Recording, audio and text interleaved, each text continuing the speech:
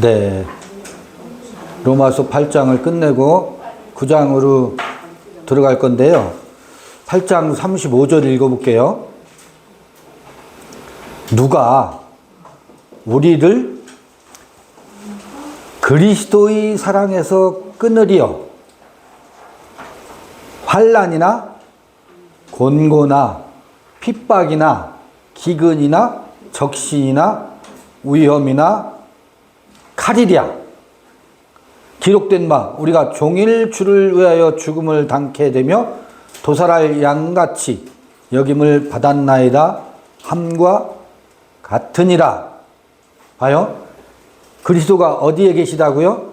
보좌 우편에 계시다라는 게 34절이었었잖아요. 근데 보좌, 하나님의 보좌 우편이 어느 곳이라고요?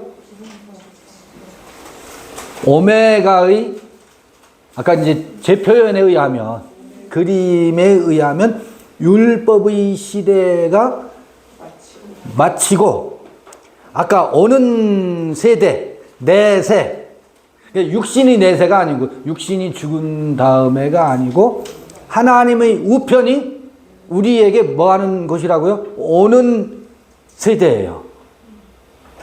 그러니까, 처음 것이 지나가고, 두 번째 것이 우리에게 지금 와 있어요. 올 거예요. 와 있어요. 누군가에겐 와 있고 누군가에겐 안 와 있고 함께 맷돌을 가는데 누군가는 땅에 있고 누군가는 하늘에 있다고.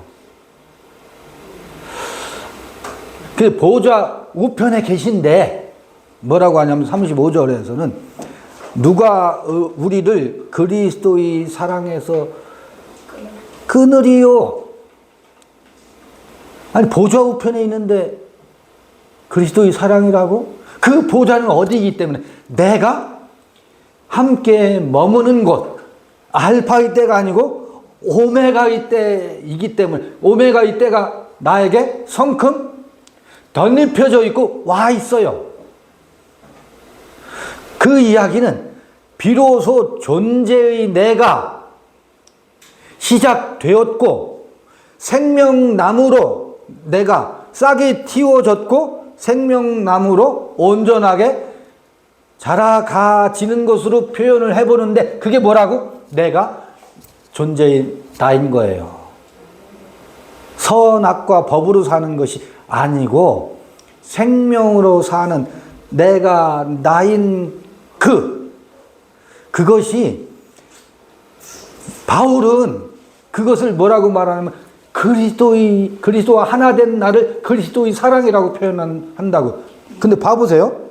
이제 내가 나로 사는 그 길을 무엇이 방해하고 무엇이 그것을 끊어낼 수 있겠어요?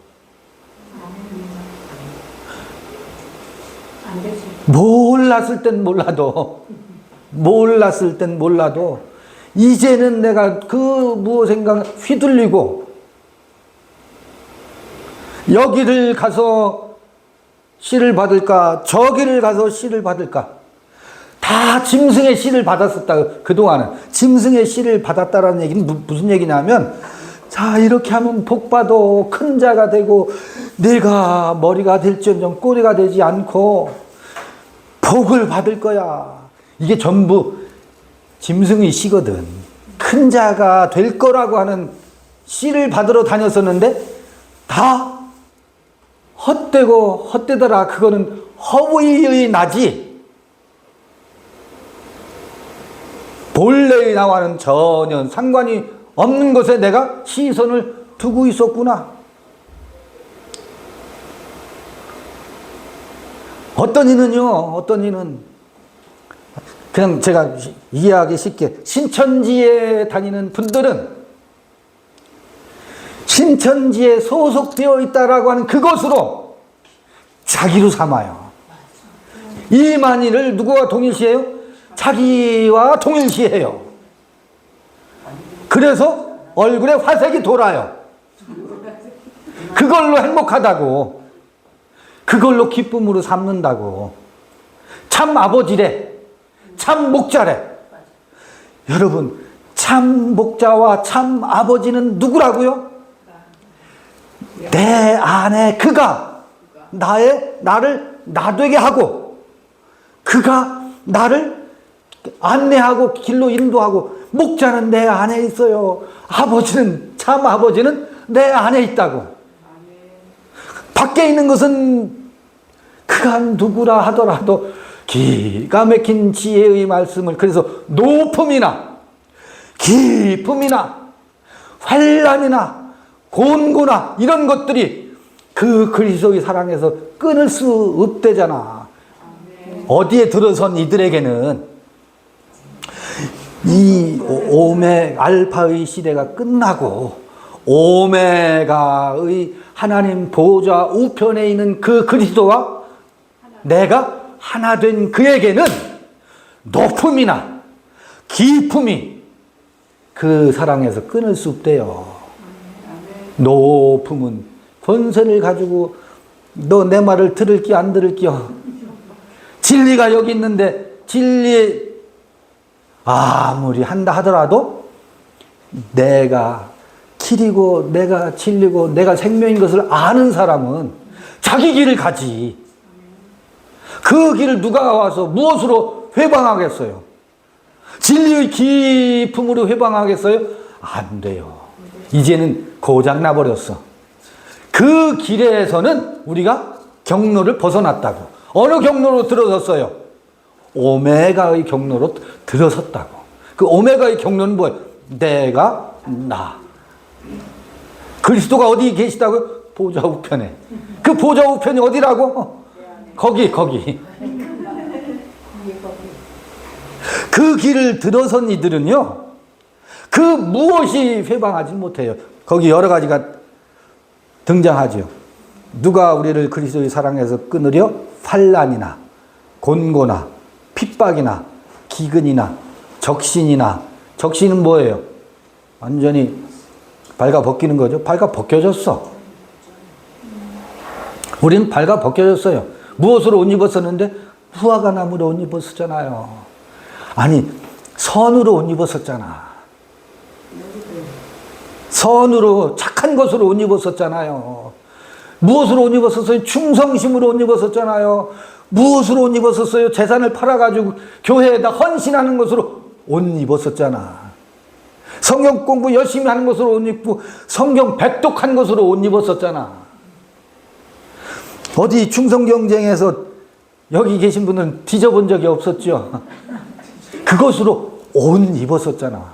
그것이 다 벗겨진다 하더라도, 그게 다 벗겨져도 그것으로 그리스도의 사랑에서 끊을 수가 없대요. 적신이나 위험이나 칼이랴. 위험 너 지옥 가.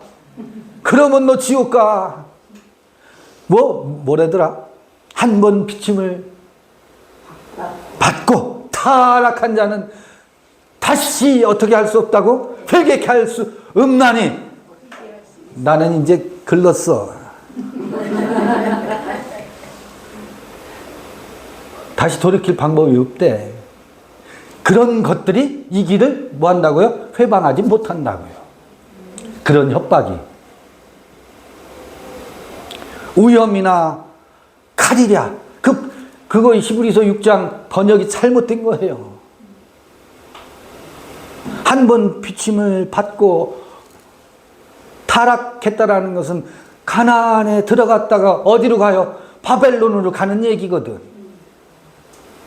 바벨론으로 가게 되면 무력해져요.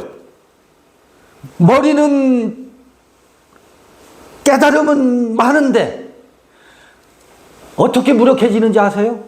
그 안에서 생명의 에너지로 사람들 앞에서 군림하고 깨달음으로 채찍을 휘두르는 데는 능력이 나타나는데, 그들을 향해서 우쭐하는 데는 역량이 있는데, 그들을 행복하게 하고 그들에게서 그들이 그들답게 살게 하게 하는 데는 역량이 안 나타나요. 할 수 없다고, 무기력해진다고. 능력이 있는데 무기력하다고. 생명으로 살게 그걸 일으키게 하는데 무기력해진 그를 어떻게 하기 위하여 돌이키게 회개케 할 수 없다가 아니고, 한번 비침을 받고 타락하면 무기력해지나니 그 무기력한 자를 어떻게 하기 위해 돌이키게 하기 위하여예요. 그게 그러니까 히브리서 6장은 회개케 할 수 없다라는 얘기가 아니고 회개케 하려고 한다는 거예요.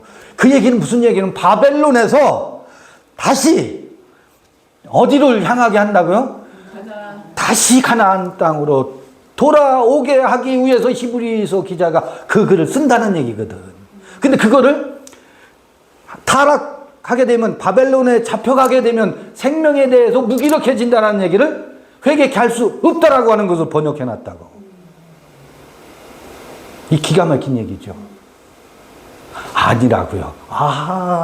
내가 하늘 높은 줄 모르고 묵별 위에 나보다 더 높은 이가 있으면 나와봐 하고 자고하고 그 깨달음을 가지고 목에 힘 주려고 하는 그것이 나로 하여금 뭐하게 만들었어요? 할 수 없게 만들었다고. 무기력하게 만들었다고. 그게 한번 비침을 갖고 타락한 거거든. 우리는 다 그 길을 한번 다 걷게 되어 있어요. 왜? 그게 순례의 여정이기 때문에, 철로 역정이기 때문에 그 길을 누구나 가게 되어 있어. 그것도 예정되어 있어. 묘해요, 우리 정신이.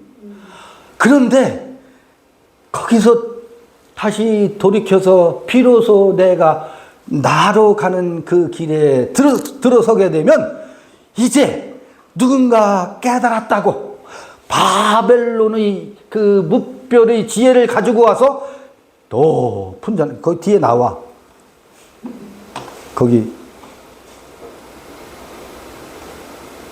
기록된 바 우리가 종일 주를 위하여 죽임을 당케 되며 도살할 양같이 여김을 받았나이다 함과 같은 그런 게 어딨어. 이런 거 있죠. 이를테면 그러나 이 모든 일에 우리를 사랑하시는 이로 말미암아 우리가 넉넉히 이기느니라 내가 확신하노니 사망이나 너 그러면 지옥 가. 생명이나는 뭐예요? 이렇게 해야 복받아. 천사들이나 권세자들이나 또 뭔지 아세요? 현재일이나 장래일이나. 현재일은 뭐예요?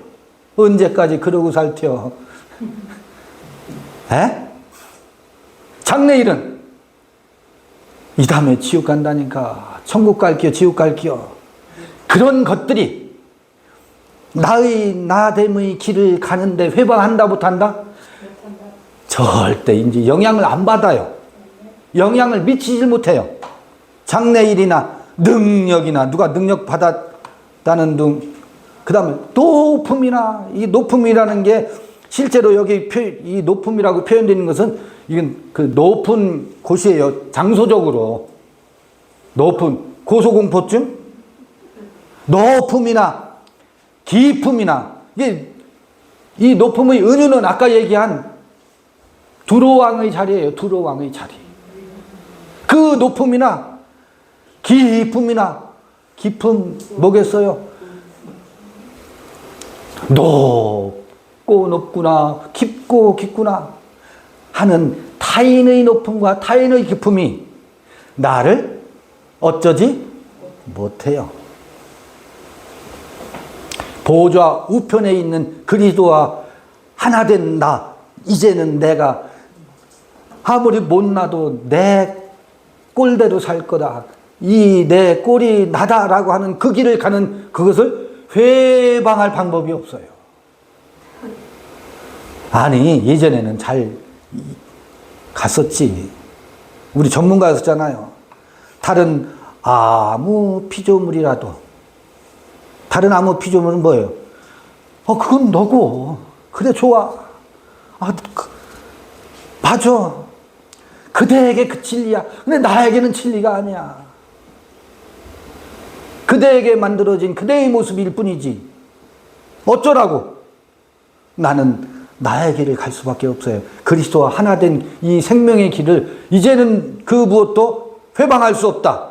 생명이나 천사들이나 권세자들이나 천사들이나 권세자들이나 현재일이나 장래일이나 능력이나 높음이나 기품이나 다른 아무 피조물이라도 우리 주 그리스도 예수 안에 있는 하나님의 사랑에서 끊을 수 없으리라. 이거를 잘못 읽으면 선택받은 자의 자부심 있죠. 택자, 나는 하나님이 선택한 사람이야. 배타적인 의식과 선민의식으로 이걸 갖다 전부 써먹는다고. 선민의식으로 전부 이걸 갖다. 아니, 그동안 그랬잖아요. 우리가 이걸 전부 우리의 선민의식을 부추기고 그것을 고양시키는데 이거를 갖다 써먹었다. 그런 의미가 아니잖아요. 이렇게 해서 8장이 이렇게 마무리되는구나. 그러고 보면 로마서의 핵심은 8장이구나. 9장부터는 어떤 얘기가 나오는지 한번 읽어보겠습니다. 내가 그리스도 안에서 참말을 하고 거짓말을 아니하노라. 이거 보면 안타까워요. 바울도 이렇게 말할 수밖에 없는, 내가 그리스도 안에서 알레데이안 레고, 내가 진리를 말하고, 이 얘기는 무슨, 감추인 것을 말하고,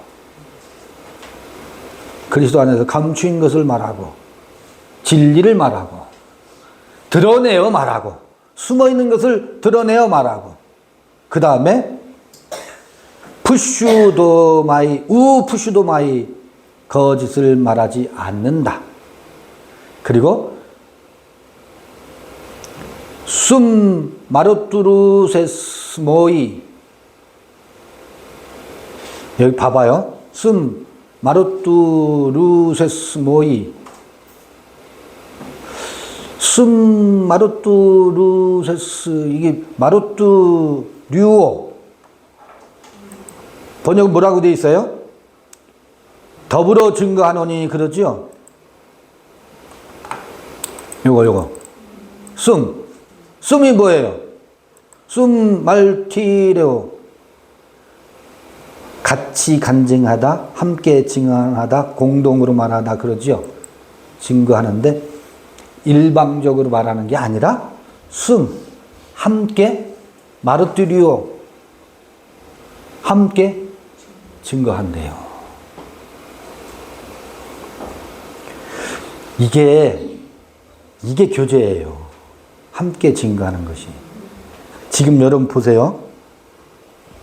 제가 이 앞에 서 있고 여러분 거기에 앉아 계시잖아요. 이게 전통적인 방식이지. 그러면 내가 깨달은 것을 내가 말하고 여러분은 깨닫지 못했어. 그래서 어떻게 해요? 깨달은 자의 말을 들어야 돼. 이거 함께 증언하는 게 아니에요. 선생짓 하는 것이고 가르치는 것이지. 그런데 형식은 제가 앞에 서 있고 여러분들이 앉아 계시잖아요. 그런데 저는 일방적으로 말하지 않아요. 마루뚜리오 하지. 함께 말하지. 저는 이것을 어떻게 말할 수 있느냐 하면, 여기 이 형식은 혼자 말하는 것 같지요? 절대 안 그렇습니다. 함께 증거합니다. 마루뚜리오예요. 제가 제 말을 하는 것이 아니라 여러분 속에서 말하려고 하는 것을 제가 피드백을 통해서 읽어요. 대신 말할 뿐이에요.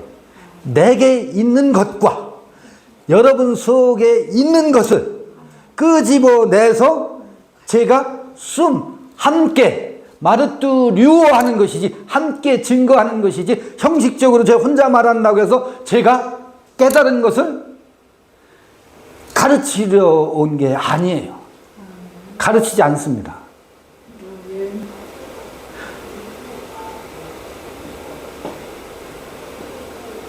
그래서 저는 한 발자국 앞으로 안 가요. 같이 가면서 살짝 반발자국 가지. 우리 어머니가요, 거동이 불편하셔요. 거동이 불편하니까 어떻게 해요? 제가 아침에 노치원에 가실 때 그 차 타는 데까지 모시고 가는데, 제가 모시고 가는 게 아니고요. 그가 가시는 길을 옆에서 그가 가는 것이지, 제가 모시고 가면 끌고 가야 되거든요. 반발자국 같이 가요. 살짝 손만 빌려드려요. 모시고 가려면 휠체어에다가 태워서 모시고 가야 되는데 아직은 휠체어까지는 아니에요. 같이 간다고. 그의 걸음에 제가 맞출 뿐이에요. 숨이라고, 숨. 함께라고. 함께 갈 뿐이지. 그런데 초보자들은 함께 갈 줄 몰라요. 장애인들을 돕는 도우미들이 장애인들이 스스로 움직일 수 있는 것을 어떻게 해요? 스스로 움직이게 하고, 나는 살짝 옆에서 그가 움직이는 것을 살짝 내 일부를 빌려줘야지. 내가 주도권을 쥐고 있으면 어떻게 돼요? 내가 끌고 가는 거지. 얼마나 힘들은데. 노인들이 특징이 뭔지 아세요? 혼자 내려올 수 있는데 옆에 그 보조자들이 주도권을 가지고 있으면 팔을 잡혀 있잖아요. 그럼 내가 할 수 있는 게 있어요, 없어요? 그럼 허당을 짚어요. 그리고 움직이질 않아요. 어떻게 움직일 수가 없어. 내가 뭐 하고 있으니까? 잡혀 있으니까. 도우미한테 내가 잡혀 있어. 주도권이 도우미한테 가 있어. 그러면 어떻게 해야 될 줄 모르니까 옴짝달싹 못하면 본인도 힘들고 도우미도 힘들어. 그거는 돕는 게 아니에요. 함께가 아니라고. 도우미가 일방적으로 하는 것이지. 그래서 노인들이나 장애인들을 대할 때 절대로 내가 주도권을 가지면 돼요, 안 돼요? 안 됩니다. 그들이 걷게 하고, 걸을 때 도움의 손길을 필요로 하는 만큼만 내어드리면 돼요. 그러면 잘 하셔요. 차를 탈 때도 잘 하시는데, 늘 초보 그 도우미들이 오시면 초보 그분을 막 이렇게 해서 막 힘을 써서 그건 돕겠다고 하는데 돕는 게 아니라 마르뚜리오 함께 증거한다고요. 바울도 함께 증거하고 있다고. 마이크 있잖아요. 마이크하고 입만 잠깐 빌려 쓰는 것일 뿐이지. 그렇지 않으면 제가 선생이 돼야 되거든. 여러분 학생이 돼야 돼요. 그럼 피곤해요. 저도 힘들고 여러분들도 지겨워요. 이거 묘한 거예요.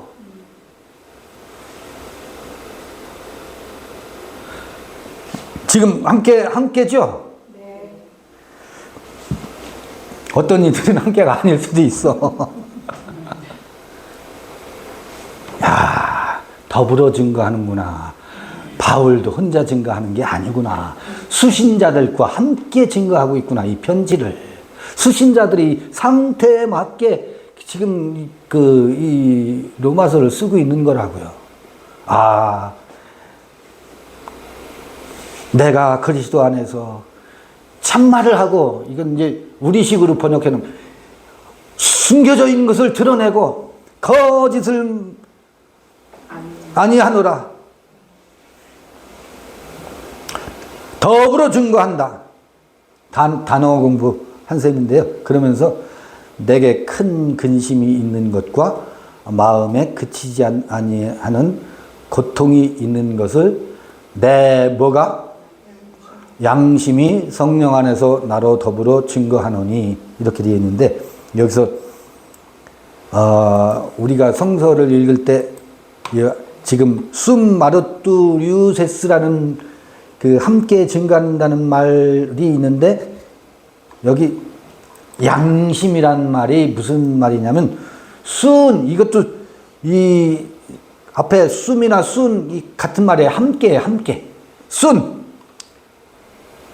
에이데시스 순 에이데시스를 양심이라고 해놨어요. 봐요. 쉰 에이데시스가 뭐냐면 공통된 자각이라고 그랬죠. 함께 어떻게 해요? 알고 있는 거예요. 함께 알고 있는 거예요. 이게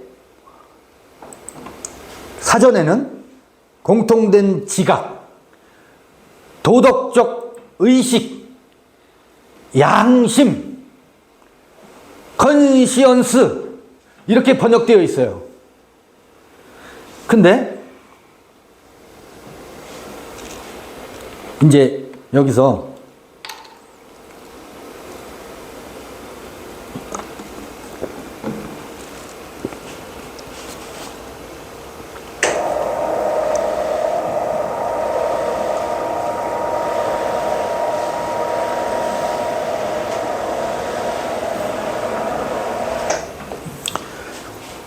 이 양심도요,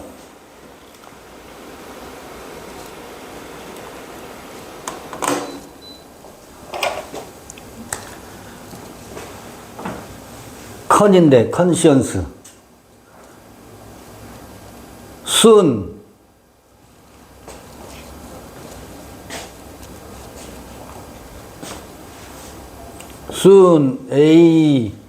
에이데시스,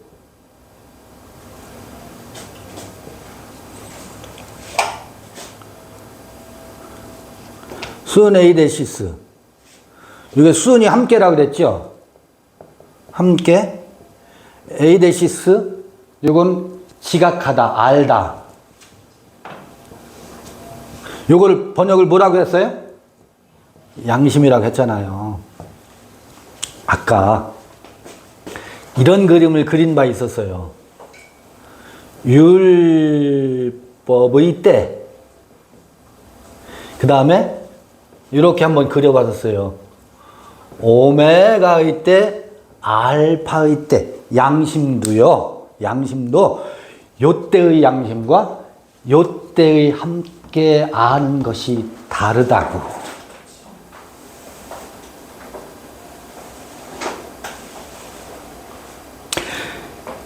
이 율법의 때의 양심은 무엇으로 다가오느냐면 이미 우리식으로 말하면 단군 할아버지 때부터 함께 그 문화와 전통 속에서 끊임없이 함께 인식해서 전해 내려오던 관습, 문화, 8조의 근법에서부터 이 집단 무의식이 이건 뭐예요? 함께 하는 거거든.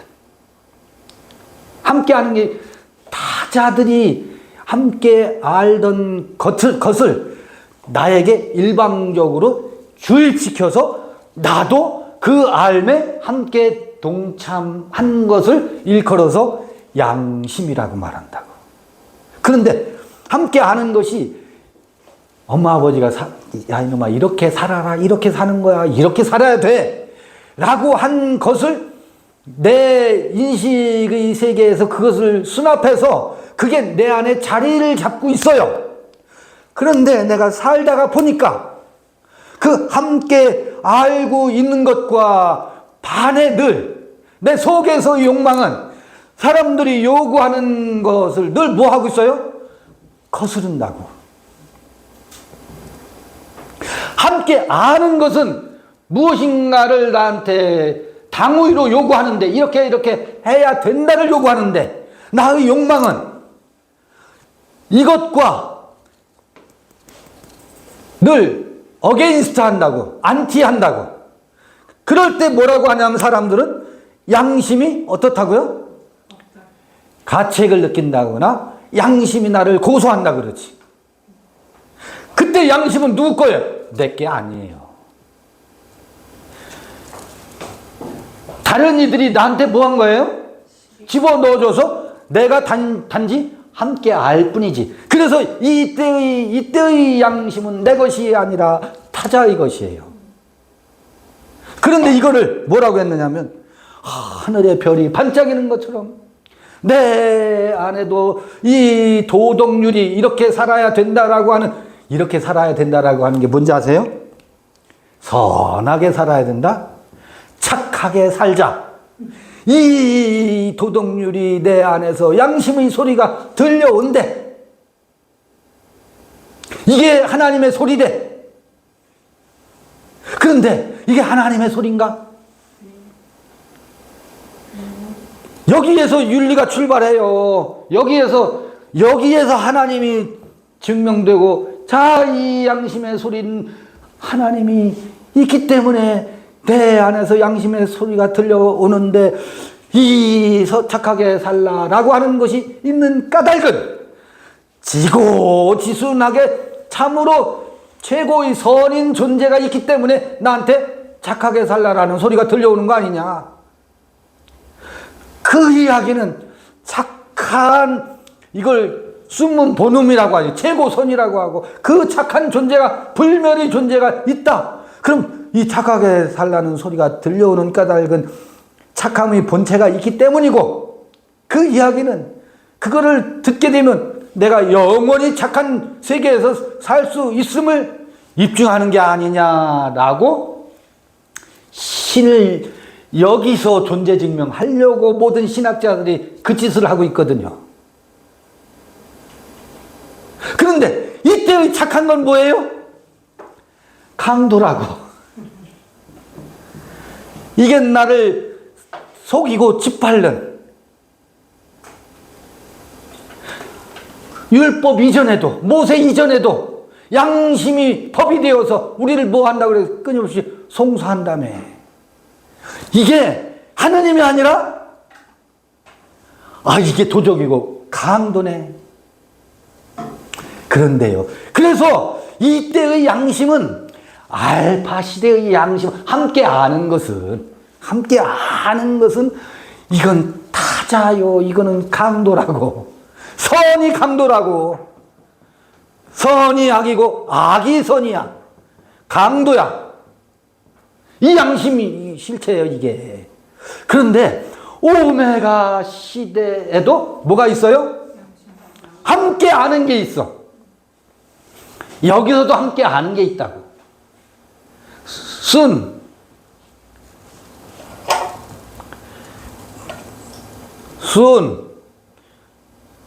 여기선 마르, 뚜리오, 함께 더불어 증거하는 게 있다고. 함께 아는 게 있다고. 그것은 양심의 법이 아니에요. 이때의 양심의 법이 아니라고. 함께 증거하는 것이고 함께 아는 것이지. 그 함께 아는 것에 의하면, 지금 바울이 여기서 수네이데세우스 9장 1절에서 말하는 수네이데세우스는 이 양심을 말하는 게 아닙니다. 이걸 말하는 것이지. 여기 오메가에서 함께 아는 것을 말하는 것이고, 함께 인지하고 있는 것을 말하는 것이지. 요거 구분이 돼야 되더라고요. 그래, 요것에 의하면, 수네이데시스에 의하면, 오메가 시대의 수네이데시스에 의하면 9장 2절, 이 함께 아는 것에 의해서 성령 안에서 나로 더불어 뭐 함께 증거하는데, 요게 우리말 번역에는 1절에 헬라어 원문의 2절까지가 번역 같이 묶여져 있고, 3절 읽겠습니다. 나의 형제 곧 골육의 친척을 위하여 내 자신이 저주를 받아 그리스도에게서 끊어질지라도 원하는 바라. 이거 묘하지요. 아까 로마서 8장은 그리스도의 사랑에서 끊을 수 있는 것은 어떤 것도 없어. 근데 여기 역설적으로 뭐라 그래요? 그리스도의 사랑에서 끊을 자가 없다 그러는데, 높음이나 깊음이나 무엇도 그리스도의 사랑에서 끊을 자가 없다 그러는데, 그리스도에게서 끊어질지라도 원하는 바다. 이게 바울의 그 권력과 친척을 향한 마음의 표현이지. 끊어질지라도 원하는 바라. 그래서 끊어지냐고요? 안 끊어져요. 그건 끊어지는 게 아니라고. 이어 붙이거나 뗐다 붙였다 붙였다 뗐다 해지는 게 아니라고. 그의 권력과 친척을 향한 마음을 이렇게 표현하는 것이지. 저희는 이스라엘 사람이라. 이게 4절이죠? 4절. 오이티네스 에이신 이스라엘리타이. 이스라엘 사람이라. 이스라엘이 뭐지? 야곱이 이스라엘이죠?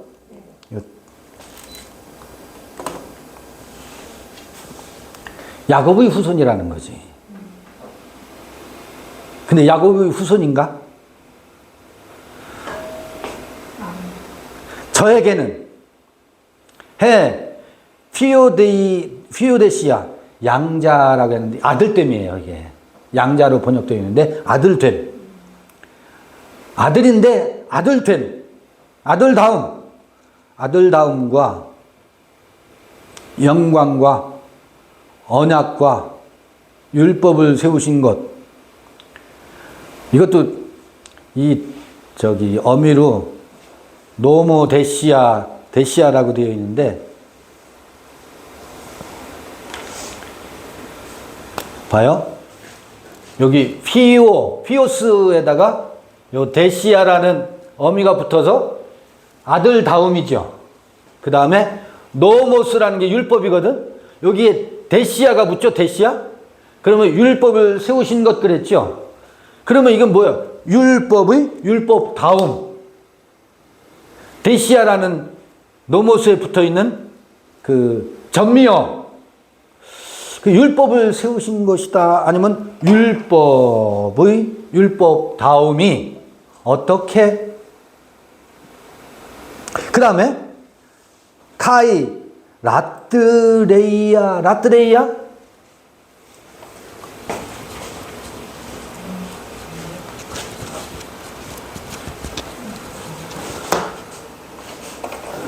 요 라트레이아가 뭐예요? 라트레이아 예배라고 되어 있죠.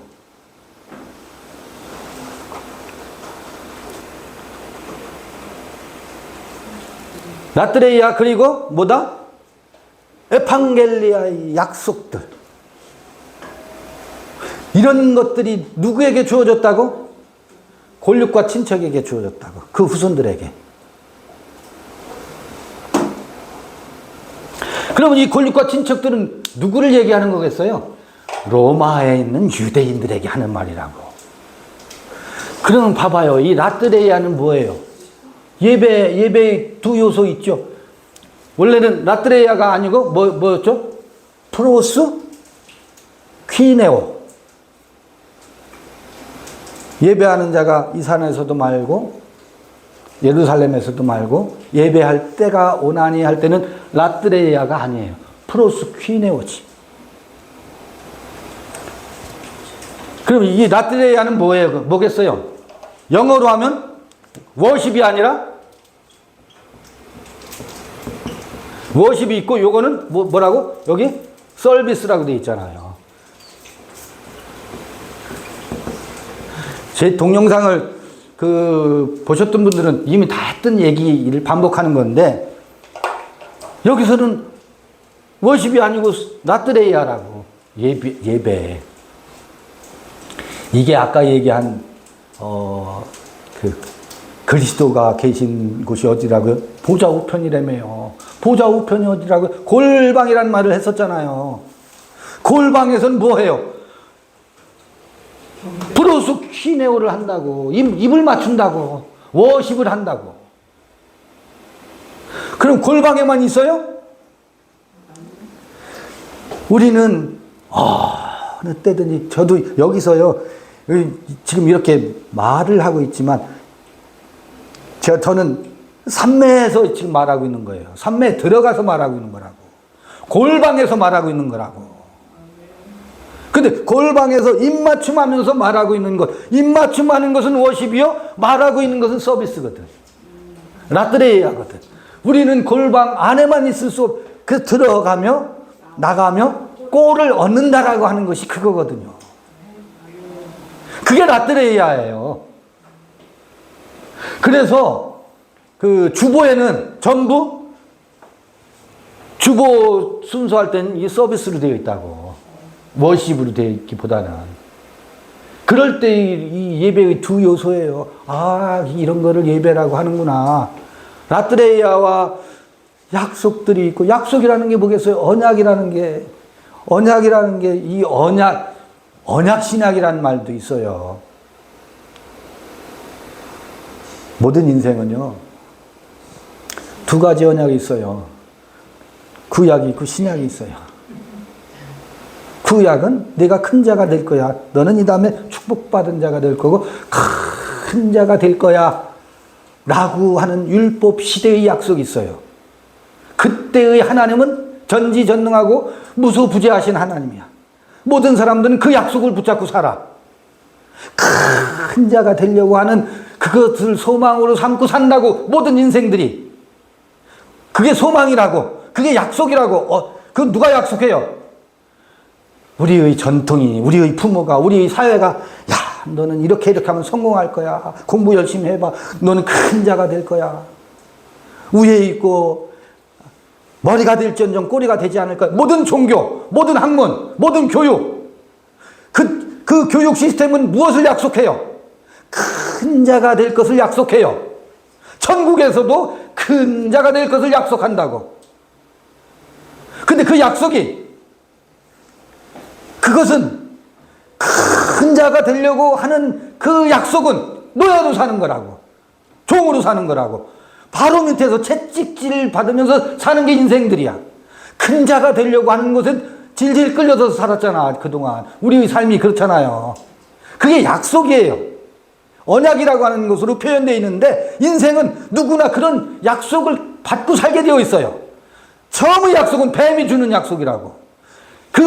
저 하늘 어귀에 있는 엘로힘이 하는 약속이라고. 그게 누구를 통해서? 각종 문화와 전통과 종교와 엄마 아버지를 통해서 그 약속이 우리한테 전달되어 온다고. 그 약속을 향해서 공부하고 경쟁하고 그 약속을 부여잡고 가는 게 인생이잖아요. 또 다른 약속이 하나 있다고. 사울에게 큰 자로서의 약속이 아니라 너가 되려면 큰 자의 약속으로 너가 될 수 있는 게 아니란다. 그 흐름, 그 사슬에서 벗어나는 것. 그러니까 아파트가 되고 먼지가 되고 아무것도 아닌 자리에 서야 되고 보좌 우편에 서 있을 때 바로 너가 되는 길이 거기에 있다. 큰 자가 되려고 하는 모든 것은 속임수요, 허위요, 기만이고 우리를 죽이는 것이고 살리는 것이 아니라 거짓이다. 살인하는 것이다. 그래서 무엇을 받느냐? 새로운 약속을 우리에게 받게 돼요. 들려지게 돼요. 누구를 통해서? 모세를 통해서였어요. 그게 나는 나다. 하나님 당신 누구신디 내 가슴이 이렇게 불타오릅니까? 내가 저 애굽에 가서 그들에게 무엇을 전하여야 합니까? 내가 나다. 그럼 내가 나라면, 그렇군요. 그들이 타자의 노예로 사는 것이 아니라 내가 나인 하나님을 가서 전해야 될 거 아니에요. 모세에게 드러난 계시된 하나님이 내가 나야. 아, 그렇구나. 내가 나로 사는 것이구나. 그러려면 저 큰 자가 되려고 하는 그 노예에서 어떻게 해야 된다고? 떠나야 되는구나. 그게 약속으로 오는 거예요. 이 언약이라든지 약속이라는 개념이 우리에게 이게 언제 약속하셨지? 언제 나하고 계약을 하셨단 말이야? 계약신학이라고도 해요.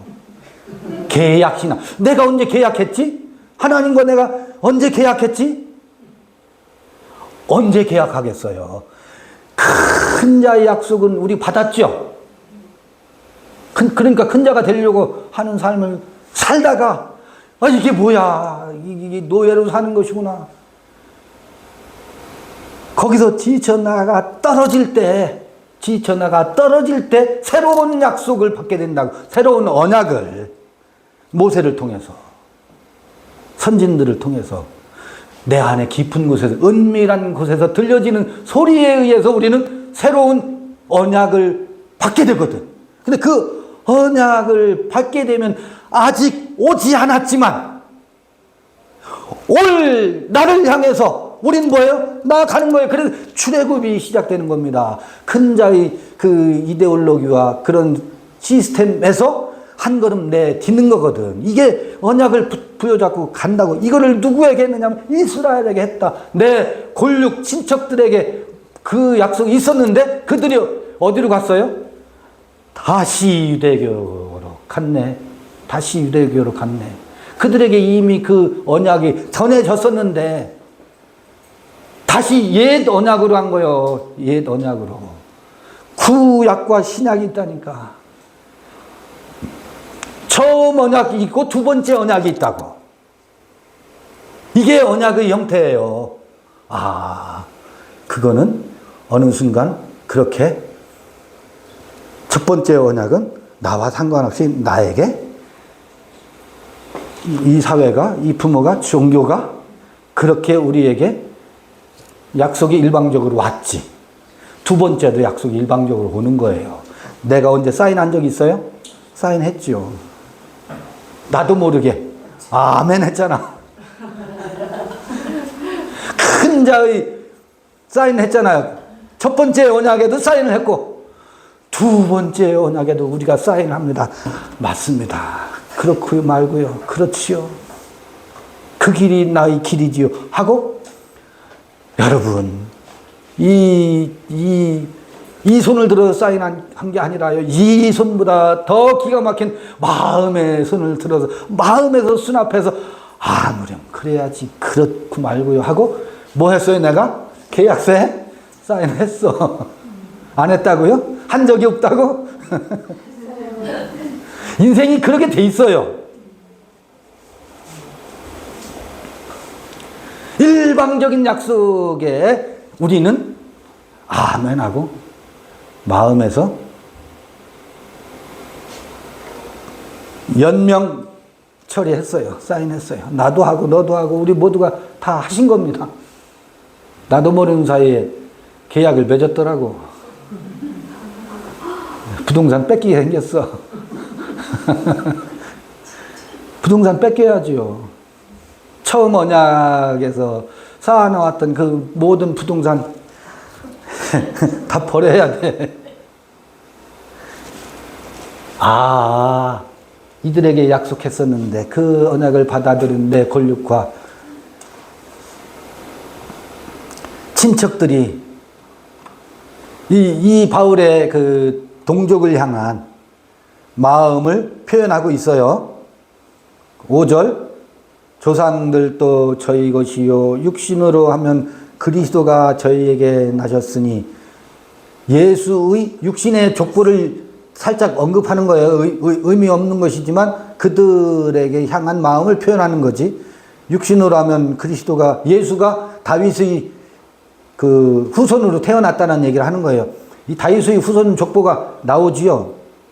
그리스도가 저희에게서 나셨으니 저는 만물 위에 계셔 세세 찬양 받으실 하나님이시니라. 아멘. 이것도 우상에 속해서 읽지 마시고 새로운 자리에서 읽었으면 좋겠습니다. 또한 하나님의 말씀이 폐하여진 것 같지 않도다. 이스라엘에게서 난 그들이 다 이스라엘이 아니요. 여기서부터 잘 읽어보세요. 이스라엘에게서 난 그들이 다 이스라엘이 아니요. 그러니까 이 육체의 혈통 족보가 이 족보가 아니다. 또한 아브라함의 씨가 다 그 자녀가 아니라, 이거 8장에서 했던 것을 살짝 동족들을 얘기하면서 다시 언급하는 거예요. 아브라함의 씨가 다 그 자녀가 아니라 오직 이삭으로부터 난 씨 자라야 내 씨라 칭하리라 하셨으니 이게 내 사랑하는 자라고.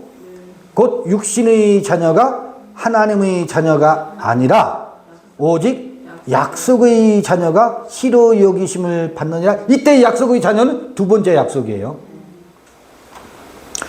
약속의 말씀은 이것이라, 명년 이때 내가 이르리니 사라에게 아들이 있으리라 하시니라. 이게 언약의 핵심이에요. 내 뒤에 오시는 이라고. 이게 내 뒤에 오시는 이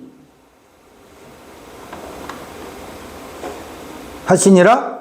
이뿐 아니라 또한 리브가가 우리 조상 이삭 한 사람으로 말미암아 잉태하였는데 그 자식들이 아직 나지도 아니하고 무슨 선이나 악을 행하지 아니한 때에 택하심을 따라 되는 하나님의 뜻이 행위로 말미암지 않고 오직 부르시는 이에게로 말미암아 서게 하려 하사 리브가에게 이르시되 큰 자가 어린 자를 섬기리라 하셨나니. 이때 큰 자, 어린 자, 기록된 바 내가 야곱은 사랑하고 에서는 미워하였다 하심과 같으니라. 8장에서 이미 다 했었죠. 그럼 여기서 큰 자와 어린 자가 나와요. 그 큰 자가 누가 큰 자예요? 에서가 큰 자지요. 에서가 무엇으로 어린 자를 섬겨요? 큰 자는 작은 자를 죽음으로 섬겨요. 그리고 또 이걸 뒤집어 말할 수 있어요. 사실은 에서가 큰 자가 아니에요. 에서가 큰 자가 아니에요. 야곱이 어린 자인데 야곱이 큰 자예요. 봐요.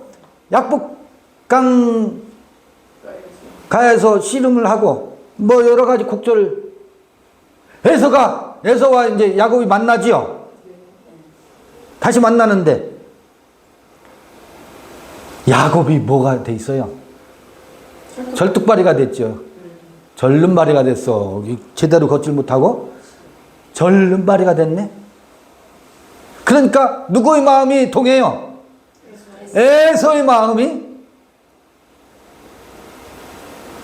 동하지요. 야곱이 멀쩡했으면 에서의 마음이 동할 리가 없지. 그래서 둘이 껴안는다고. 그런데요, 이 절름발이가 큰 자예요. 서로 포옹하고 껴안는다고. 그러니까 이쪽 편에서 보면 에서가 큰 자고, 에서가 큰 자로서 작은 자를 어떻게 섬긴다? 죽음으로 섬긴다. 근데 다른 한께서 보면 어린 자 에서가 절름발이가 되는 것이 큰 자를 품는 비결이에요. 큰 자로 하여금 마음이 동하게 만드는 비결이야. 역설이죠. 우린 허당기를 가지고 살아야 돼요. 허당기가 있어야 남편으로부터 사랑받아요. 내가 너무 잘났어. 남편보다 잘나면은요, 남편이요, 불쌍히 여길 마음이 안 생겨. 그럼 누가 큰 자야? 허당기 있는 사람이 큰 자예요. 비련한 자가 큰 자라고. 지혜로운 자가 큰 자가 아니라고. 그래서 야곱이 큰 자라고 다른 한께서는 볼 수가 있다고요. 허당기를 가지고 있는 게 큰 자라니까. 나는 어리석은 자요, 나는 작은 자요, 나는 티끌과 먼지와 같습니다. 이 사람이 모든 사람을 섬긴다고. 다른 한편으로는 그러니까 큰 자를 이쪽에서 볼 수도 있고 이쪽에서 볼 수도 있어요. 잘난 사람은요, 다른 사람의 마음을 다치게 만들지 다른 사람을 섬길 수가 없어요.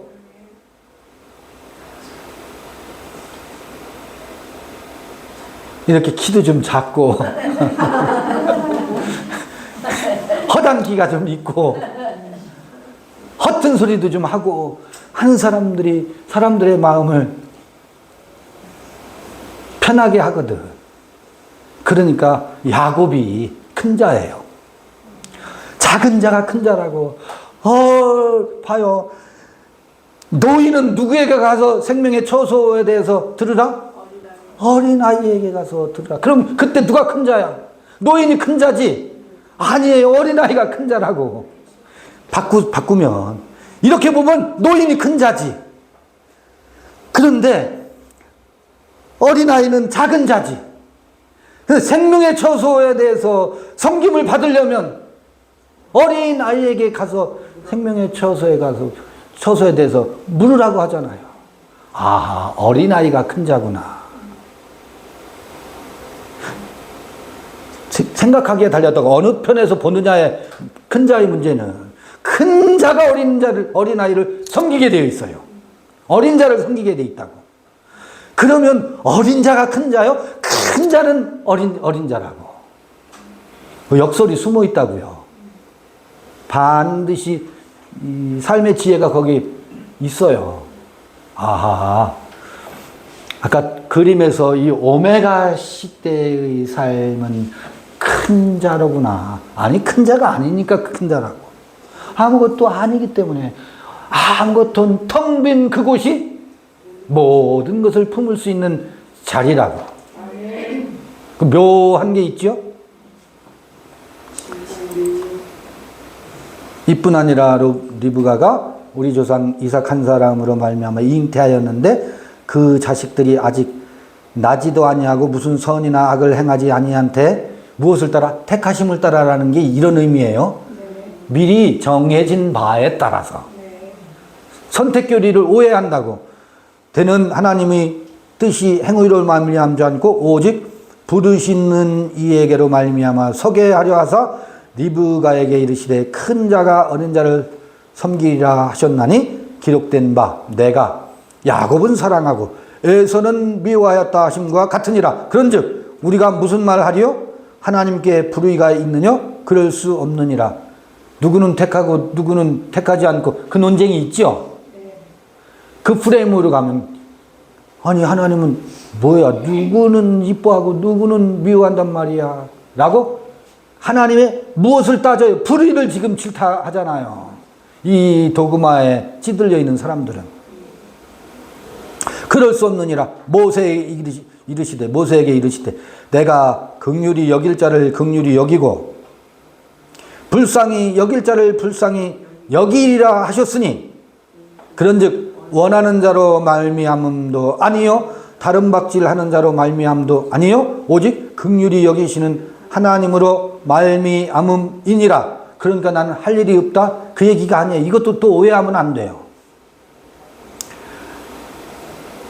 봐요. 다른 박질하는 자로 말미암음도 아니요 에서 열심으로 되는 게 아니라고. 베드로의 충성 고백으로 되는 게 아니라고.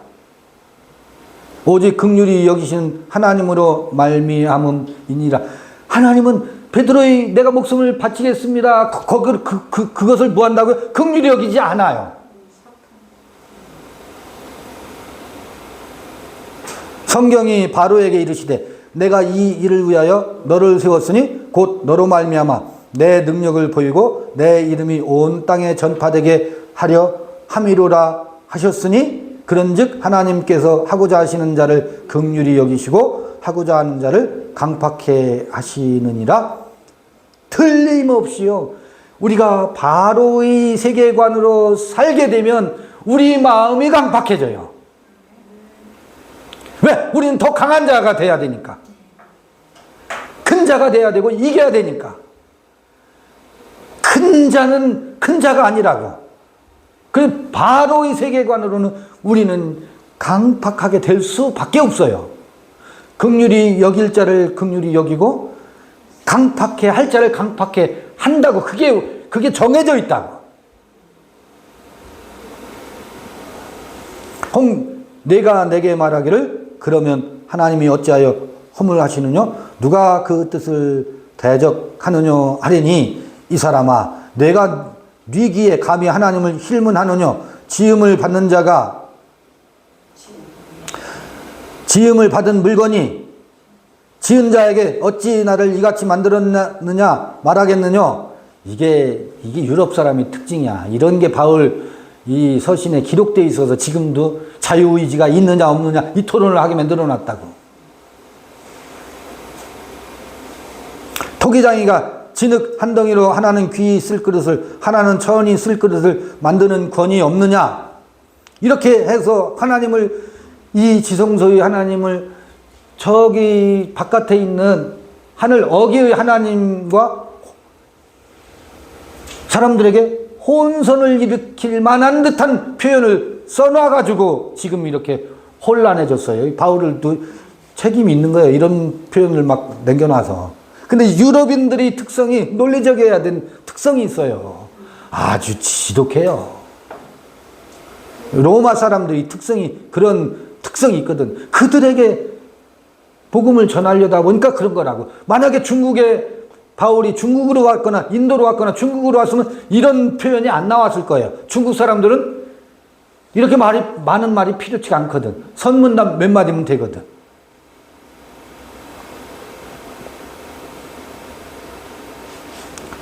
이렇게 해서 9장 한 중반까지 읽었어요.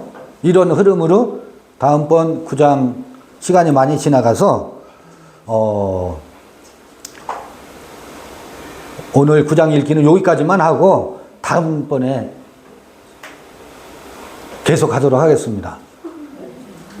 네, 이걸로 마치겠습니다.